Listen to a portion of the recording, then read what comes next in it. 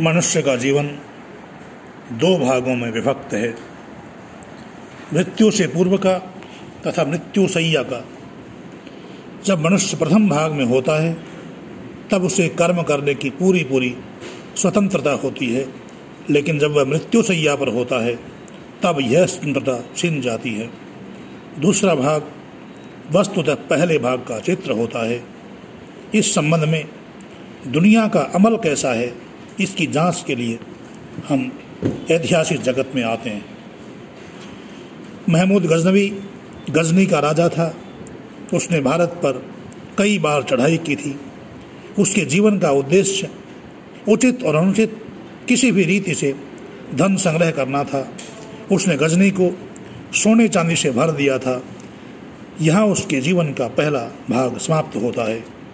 अब दूसरे भाग मृत्युशय्या पर पड़ा हुआ देखते हैं।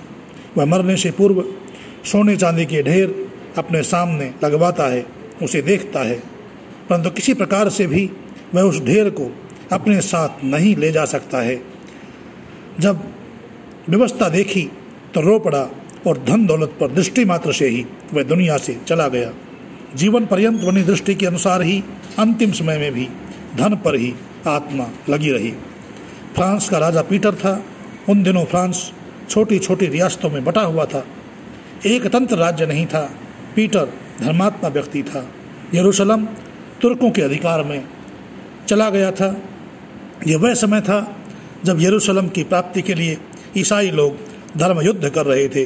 पीटर भी यरूशलेम की प्राप्ति हेतु कई लड़ाइयाँ लड़ चुका था, परंतु सब में हार गया था। उसके जीवन का उद्देश्य यरूशलेम की प्राप्ति था। उसके जीवन का पहला भाग समाप्त हो चुका था। वह मृत्युशय्या पर पड़ा था। उसे उस समय मुल्क की चिंता नहीं थी, उत्तराधिकारी की भी चिंता नहीं थी। चिंता थी तो केवल यरूशलेम की। वह 3 बार यरूशलेम की याद करते हुए दुनिया से उसने प्रयाण किया। मृत्युशय्या पर दुनिया के सामने उसके पूर्व भाग का पूरा फोटो आ गया था। अब महाराणा प्रताप संपूर्ण जीवन पर्यंत संघर्षरत रहे। चित्तौड़ और उदयपुर उनके हाथों से निकल चुके थे।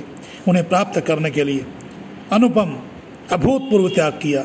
अकबर से युद्ध करके कर्तव्य का पालन किया और चित्तौड़ उदयपुर प्राप्त करके ही दम लिया। यही जीवन का प्रथम भाग समाप्त होता है। वे मृत्युशय्या पर पड़े हुए थे। उनके सरदार निकट खड़े थे। उन्हें प्रताप में एक परेशान आत्मा की दशा देख पड़ रही थी। सरदार भी परेशान थे।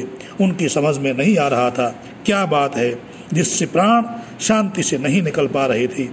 सरदारों ने कहा कि महाराणा बात क्या है। महाराणा बोले, मुझे विश्वास दिलाओ कि मेवाड़ उसी प्रकार स्वतंत्र रहेगा जैसे मैंने रखा है। उन्हें जब विश्वास मिला तब प्राणों का निष्कासन हुआ। इसी प्रकार स्वामी दयानंद का उद्देश्य था वेदों का प्रचार और जनता को आस्तिक बनाना। उन्होंने सब कष्ट इसी उद्देश्य की पूर्ति के लिए सहे और हर प्रकार का उत्कृष्ट त्याग किया। वे मृत्युशय्या पर पड़े थे। लोग दूर दूर से देखने आए। उनमें पंडित गुरुदत्त भी थे। स्वामी जी सबको आंखों के पीछे कर देते हैं। पंडित गुरुदत्त विद्यार्थी स्वामी जी का अंतिम समय देखने को उत्सुक हैं। वे ऐसी जगह खड़े हो गए जहाँ से स्वामी जी को भली प्रकार देख सकें। मंत्रोच्चारण गायत्री पाठ करते हैं। गुरुदत्त की दृष्टि स्वामी जी के चेहरे पर है। स्वामी जी प्रसन्न हैं। गुरुदत्त नास्तिक थे। प्राण त्यागने से पूर्व स्वामी जी के चेहरे पर एक मुस्कुराहट आती है। इसी पर गुरुदत्त मुग्ध थे। बस यहीं से नास्तिकता तिरोहित हो जाती है। स्वामी जी के अंतिम स्मरण, हे प्रभु तेरी लीला अपरंपार है, तेरी इच्छा पूर्ण हो। मृत्यु अंतिम परीक्षा है।